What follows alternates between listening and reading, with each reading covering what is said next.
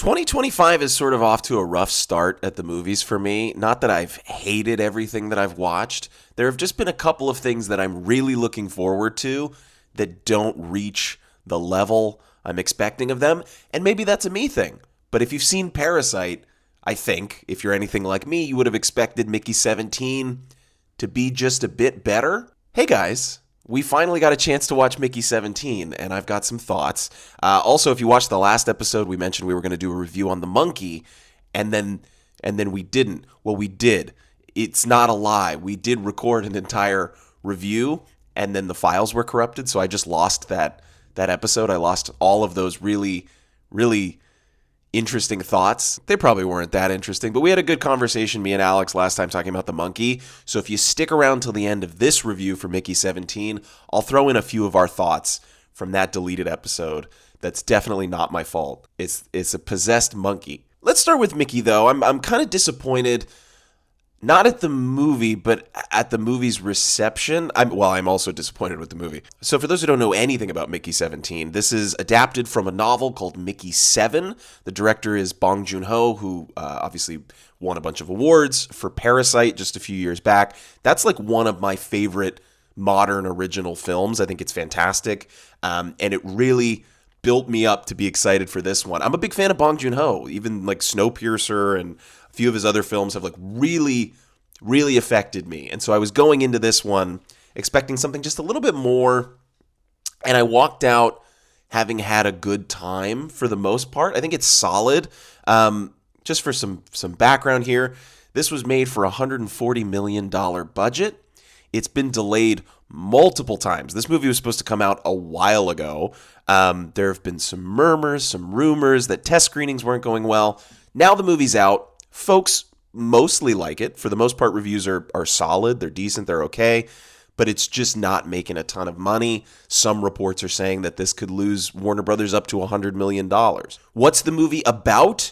It's I won't call it a post-apocalyptic society. It's sort of a dystopian society. It's like our society, maybe a couple decades down the road. We don't ever get like a clear shot at it, but Earth is sort of not that great anymore. And there are these expeditions, these wealthy blowhard billionaires are leading expeditions out into the stars to go inhabit other planets.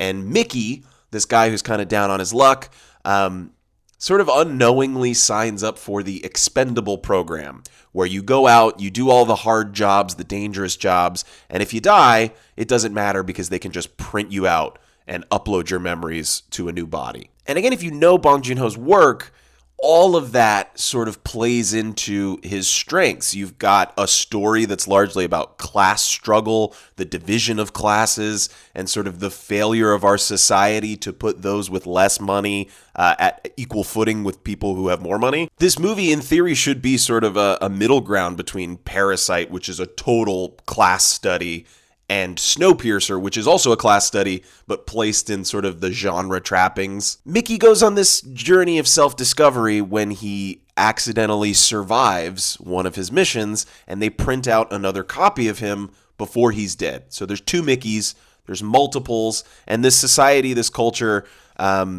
isn't thrilled about multiples. They sort of vilify them. There's all these conspiracy theories about whether or not the soul can be split into multiple vessels. All in all, there are a lot of really good ideas all across this movie that I just don't think ever get fully explored in a satisfying way. And the movie isn't that long. I think it's about 2 hours. I'd have to double check. But it feels much longer. For a movie that was reportedly sort of struggling in test screenings and delayed for so long, I wonder why there isn't a stronger cut of this movie, because I really felt like there was a lot of fat to be trimmed and maybe some resequencing to be done. I thought some scenes were entirely out of order, just in my opinion. It is curious to sort of see this as a follow-up to Parasite. Again, this has a $140 million budget. Parasite had a $10 million budget, so this was like a much bigger risk for Warner Brothers. I understand the delays, especially when you hear that it wasn't connecting in test screenings. One thing I do find interesting, this is not confirmed, but it is reported that at one point Warner Brothers put together a different cut of Mickey 17 and played it to test audiences, and it played significantly better. So, reportedly it scored like 10 points higher than the Bong Joon-ho cut, But Bong Joon-ho had final cut in his contract for this movie, so the buck sort of ended with him. And yeah, you're left with like an entertaining movie with good performances. Pattinson's great. He develops Mickey 17 and Mickey 18 as like very distinct characters. Ruffalo and Toni Collette are playing these like ridiculous oligarchs. Very relevant movie. They're both great. Ruffalo's fantastic. Toni Collette has this weird sauce arc, and if you haven't seen the movie, that's not going to make any sense. She's obsessed with sauce, and like there are some thematic ties there to some of the commentary about society and the women behind men. That being said, again, they just don't ever really explore it in a satisfying way. So you've just got Toni Collette popping up every 5 minutes talking about sauce. Yeah, it's a decent time. It's not a movie that I would rush to go see in a theater. Unfortunately, I wish I could encourage you to go see it in a theater, but I just don't think you're missing anything. This is the kind of thing that if you like Pattinson and Ruffalo and the cast in this thing, wait for it on streaming. Personally, like I don't even want to dive into spoilers because I don't think that getting into spoilers is going to explain why I wasn't jazzed about this movie effectively enough, because I just felt like it was a lot of okay. So yeah, Mickey 17 is fine, and you should definitely maybe check it out on streaming if you're interested when it's available. I think that's all. And since you stuck around, now let's go back a couple weeks and sort of recap what I thought about The Monkey, directed by Osgood Perkins. Another movie that I was very much looking forward to this year that definitely delivered a bit more than something like Mickey 17. But I'm reading other people's reviews, and it didn't necessarily work for everybody. I think I definitely like it a bit more than most people. I saw The Monkey with Alex. When we recorded that initial podcast episode, she really didn't have much to say because she was like, it's solid. It's kind of what I expected from the trailer, but it didn't go anywhere entirely profound, I think is what one of her main criticisms was. Personally, I think it's just a really good Stephen King adaptation. It really captures the way that he writes dialogue in his books. It's sort of a crazy like exploration of the inevitability of death, which, you know, sort of to Alex's point that it's maybe not as profound as it should be in moments. I think a lot of that is subtextual because Osgood Perkins, the director, who also did Longlegs, and is, by the way, Anthony Perkins' son, Norman Bates. Anyway, it's sort of more meaningful coming from a filmmaker like him when you know his background. His father, Anthony Perkins, passed away from AIDS, even though he was sort of a closeted individual at the time.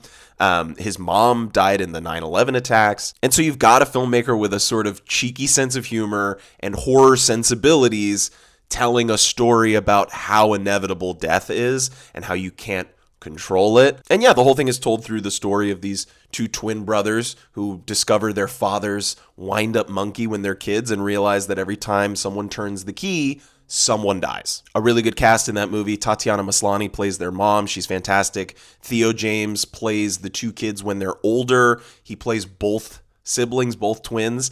And again, kind of like Mickey 17, Robert Pattinson doing 17 and 18 as very distinct characters.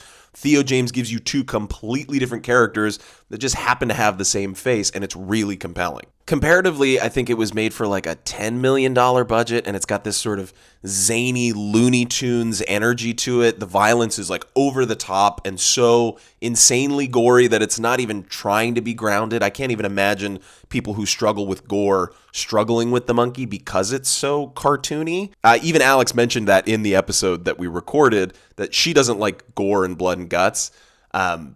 But because it's presented in the wild and wacky way that it is, she was able to sort of palette it for that movie. So yeah, The Monkey is one that I'm going to say if you have the chance to watch it in theaters still, you know, while it is running in some theaters, I would check it out, especially if you're a fan of Stephen King, especially if you're a fan of horror.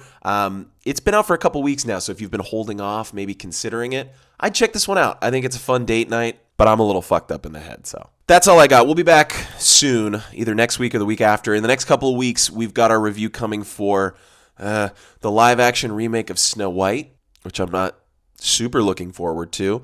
And then we've got a couple little mini surprise episodes along the way, too. So make sure you're subscribed. Thanks for watching. Bye.